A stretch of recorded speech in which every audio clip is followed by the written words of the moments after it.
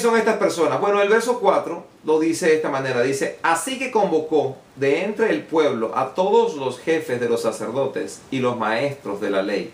Y les preguntó, ¿dónde habría de nacer el Cristo? En Belén de Judea le respondieron, porque esto es lo que escribió el profeta.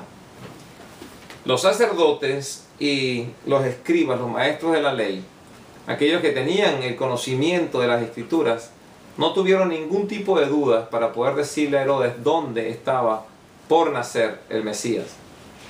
Ellos inmediatamente se fueron a las escrituras, consiguieron exactamente dónde las escrituras señalan que va a nacer este príncipe, o mejor dicho, este rey de los judíos. Y aquí lo están diciendo, señalan diciendo, pero tú, Belén, en la tierra de Judá, de ninguna manera eres la menor entre las principales de Judá. Porque de ti saldrá un príncipe que será el pastor de mi pueblo Israel. Jesucristo hizo referencia con respecto a estos maestros de la ley. En el mismo libro de Mateo, en el capítulo 23, me voy un poquito más hacia adelante. Quiero que escuchen estas palabras. Jesucristo le está hablando al pueblo de Israel y le dice, después de todo esto, Jesús le dijo a la gente y a sus discípulos, los maestros de la ley y los fariseos tienen la responsabilidad de interpretar a Moisés. Así que ustedes deben obedecerlos y hacer todo lo que les digan. Pero no hagan lo que ellos hacen, porque no practican lo que predican. Atan cargas pesadas y las ponen sobre las espaldas de los demás, pero ellos mismos no están dispuestos a mover un dedo para levantarlas. ¿Qué está ocurriendo entonces? Bueno, Jesucristo está criticando precisamente a estos hombres que son maestros de la ley, a los sacerdotes, porque ellos que son los conocedores de la ley de Dios, la ley que Moisés les había dejado, no solamente la explicaban, sino, mejor dicho, ellos solamente la explicaban, pero no la practicaban. Y entonces la responsabilidad que radicaba sobre ellos era compartir con el pueblo las enseñanzas, pero no solamente decírselas, sino manifestarlo en su forma de vivir. Por eso es que Jesucristo les dice al pueblo de Israel, le dice, señores, sí háganle caso a estos hombres que están en autoridad, a estos hombres que son sacerdotes y maestros. Háganle caso a todo lo que ellos dicen de la ley, pero no hagan como ellos hacen, porque en su comportar son hipócritas. Y eso muchas veces es lo que ha pasado en el pueblo cristiano. Las personas ya no tienen confianza en lo que dicen las escrituras. Y la razón no es porque las escrituras mientan. Si se dan cuenta, inclusive el mismo Herodes, que no cree en las escrituras, sabe dónde verificar si es que van a ser el Mesías.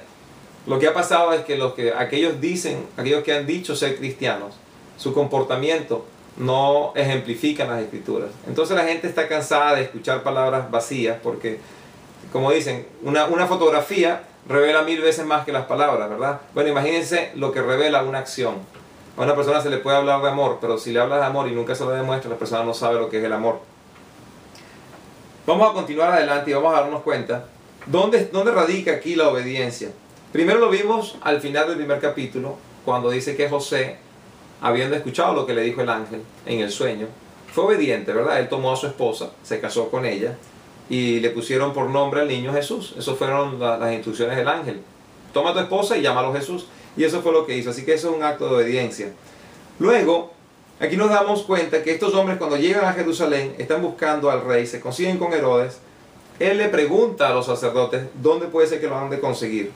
Vean lo que dice el versículo 9. Dice, luego Herodes llamó en secreto a los sabios y se enteró por ellos del tiempo exacto en que habría aparecido la estrella. Los envió a Belén y les dijo, vayan a informarse bien de este niño, y tan pronto como lo encuentren, avísenme para que yo también vaya y lo adore. Belén es una ciudad bastante pequeña para el momento, y está muy cercana de Jerusalén, está hacia el sur de Jerusalén. No, la distancia no es más de unos posiblemente 6 millas de distancia. ¿Qué significa esto?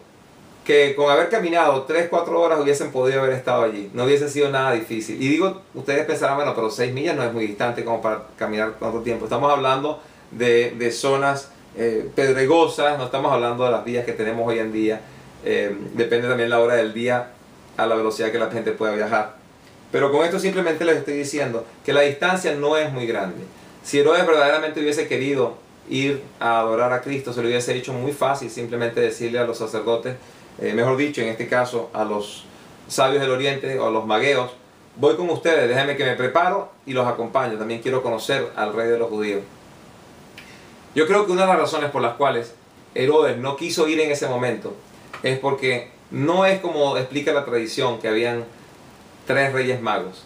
Primero, que ninguna parte del texto habla de reyes, así que la palabra reyes la podemos desechar. El único rey que se menciona aquí, o mejor dicho, los únicos 2 reyes que se mencionan, es Herodes, el rey que estaba establecido por los romanos sobre los judíos, y el que acababa de nacer, que es justamente Jesús, o que acababa de nacer entre comillas, porque cuando le preguntan a estos caballeros cuánto tiempo desde que vieron la estrella, son 2 años, no sabemos exactamente si vieron la estrella tan pronto como nació, o la estrella estaba augurando el futuro nacimiento. Pero que estos hombres que ya han venido son reyes, no existe ningún tipo de evidencia, el texto no lo demuestra en ninguna parte. Simplemente es parte de las tradiciones que nos hemos acostumbrado a creer. Otro es que hayan sido 3 hombres. A mí se me hace difícil pensar que fueron 3 hombres, porque dice aquí el texto que cuando ellos llegaron, Herodes se asustó.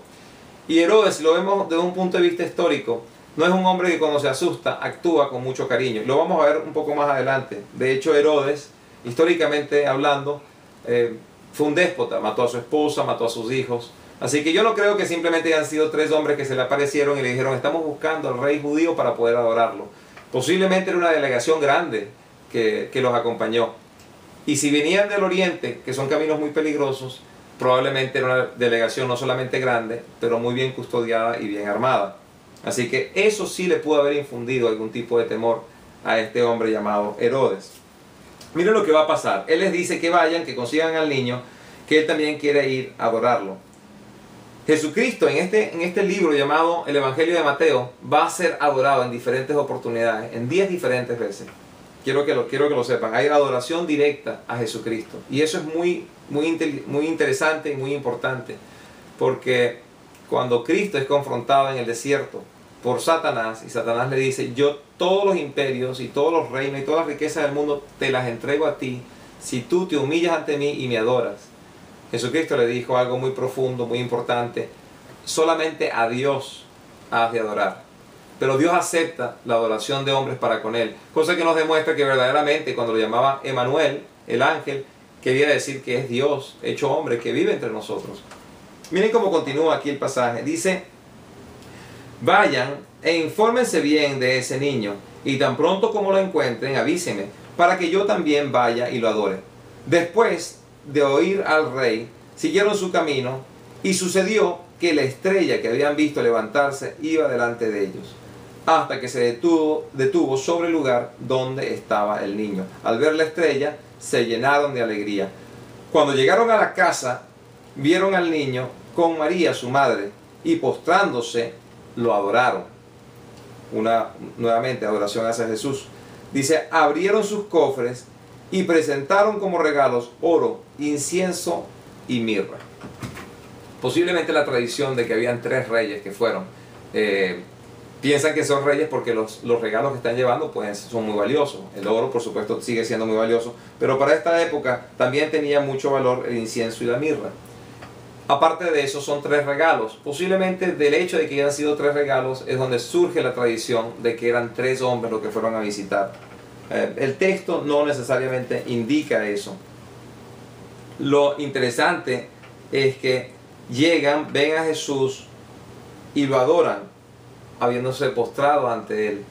Estamos hablando de hombres que viajaron una gran distancia para conseguir a Jesús, para postrarse y adorarlo. Y todavía nada les había indicado que verdaderamente Él era el Mesías. Ellos tenían que haber conocido algún tipo de profecía que hablaba con respecto a la estrella. Hay algo muy interesante aquí, no puedo simplemente explicárselo porque el texto no me lo explica a mí, por eso no lo puedo decir. Pero lo que sí les puedo decir es que nosotros tenemos, así como ellos tuvieron revelación, una revelación astral, nosotros tenemos una revelación a través de las Escrituras. Tenemos las profecías cumplidas de Jesús, tenemos sus palabras, tenemos sus enseñanzas, tenemos los milagros que hicieron, tenemos el testimonio de los apóstoles, el testimonio de los profetas. Como les dije en el estudio anterior, tenemos el testimonio de la palabra para con nosotros. Cuando se cree es transformada nuestra vida. Y muchas veces no estamos dispuestos ni siquiera a manejar 10 kilómetros de distancia para ir a un lugar donde se predica la palabra. Estamos dispuestos a sentarnos en la casa y ver un juego de fútbol, no estamos dispuestos a ni siquiera a cambiar la dirección del canal en que estamos viendo para poder escuchar a alguien que esté predicando la palabra. Y no con eso estoy avalando todos los predicadores que salen en televisión, porque muchos en realidad no son muy buenos. Pero simplemente les estoy diciendo que cuando una persona quiere acercarse a Dios, lo puede hacer. Porque Dios no está distante para que nadie lo pueda conseguir. De hecho, está lo suficientemente cerca para que todo aquel que lo busque, lo consiga. Estos hombres van a recibir también de Dios información de que no regresen al lugar o a través del camino donde habían venido. Aquí dice en el versículo 12, dice: entonces, advertidos en sueños de que no volvieran a Herodes, regresaron a su tierra por otro camino. Entonces nos damos cuenta que les dije, este es un capítulo que habla mucho de obediencia. La obediencia no viene necesariamente de entender toda la información que recibimos. Viene de reconocer la autoridad a través de la cual vino la información y aceptarla. Así como le di el ejemplo del niño, que la autoridad venía de parte del padre. El niño no tenía que saber por qué le estaba diciendo el padre lo que tenía que hacer.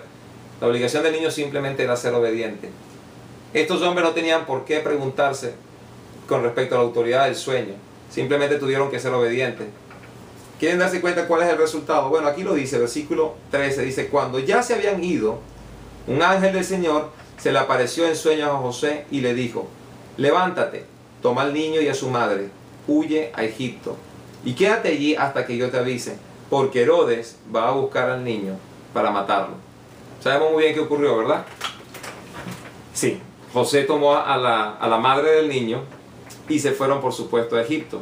Y sabemos también qué va a ocurrir después. Herodes va a buscar matar al niño. Versículo 14 dice: así que se levantó cuando todavía era de noche, tomó al niño y a su madre y partió para Egipto, donde permaneció hasta la muerte de Herodes. De este modo se cumplió lo que el Señor había dicho por medio del profeta: de Egipto llamé a mi hijo. Dense cuenta que todas las cosas que están ocurriendo aquí tienen un significado muy por encima de lo que las personas que están participando hubiesen podido entender. ¿Por qué está José y María? ¿Por qué están ellos en esta ciudad llamada Belén, donde María va a dar a luz a su hijo? Bueno, la razón por la cual están allí no es difícil de entender. Si nos vamos al Evangelio de Lucas, en el capítulo 2, quiero que escuchen lo que dice. Dice: por aquellos días, Augusto César decretó que se levantara un censo en todo el Imperio Romano. Este primer censo se efectuó cuando Cirenio gobernaba en Siria. Así que iban todos a inscribirse y cada cual a su propio pueblo. También José, que era descendiente del rey David, subió de Nazaret, ciudad de Galilea, a Judea, y fue a Belén, la ciudad de David, para inscribirse junto con María su esposa. Ella se encontraba encinta, y mientras estaban allí, se cumplió el tiempo. Así que dio a luz a su hijo primogénito, la palabra prototokos, que le dije anteriormente, aquí sí la especificaron. Lo envolvió en pañales y lo acostó en un pesebre, porque no había lugar para que ellos se quedaran en la posada. Es importante que veamos estos dos textos, porque cuando llega el momento navideño, tenemos la costumbre, la tradición de tener pesebres. También tenemos los 3 muñequitos que representan a estos sabios del oriente que van a visitar a Jesús. Interesantemente, cuando llegan siempre lo consiguen al niño en un pesebre. Pero nos damos cuenta que es cierto, cuando Jesús nació en Belén, fue colocado en un pesebre. ¿Por qué? Porque no había habitación donde pudiese Jesús quedarse. Pero si nos regresamos nuevamente al capítulo que estábamos leyendo de Mateo, dice aquí: cuando ellos llegaron, al ver la estrella, llegaron con alegría. Versículo 11, cuando llegaron a la casa, no al pesebre, a la casa, vieron al niño con su madre y se postraron y lo adoraron. Cuando llegaron a la casa, ¿por qué? Bueno, simplemente cuando llegaron José y María a Belén, llegaron en una época donde todo el mundo está siendo censado. Personas que venían de todas diferentes regiones habían tenido que viajar de diferentes partes del Imperio Romano a su lugar de origen. Y cuando eso ocurre, no hay cabida en las casas, no hay cabida en los hoteles, no hay cabida en los moteles, no hay cabida en ninguna parte. Y ellos simplemente tuvieron que quedarse en el lugar donde alimentaban a los animales. Claro, ya ha pasado algo de tiempo, ya la casa está desocupada, ya puede haber otros refugios, no tiene que ser un refugio como el que tuvieron en el momento de necesidad. Pero ¿por qué simplemente les digo esto? Porque A veces hay ciertos aspectos de nuestra vida en el cual nosotros no estamos muy cómodos. Tener que mudarse, tener por obligación que ir a una parte donde no queremos ir.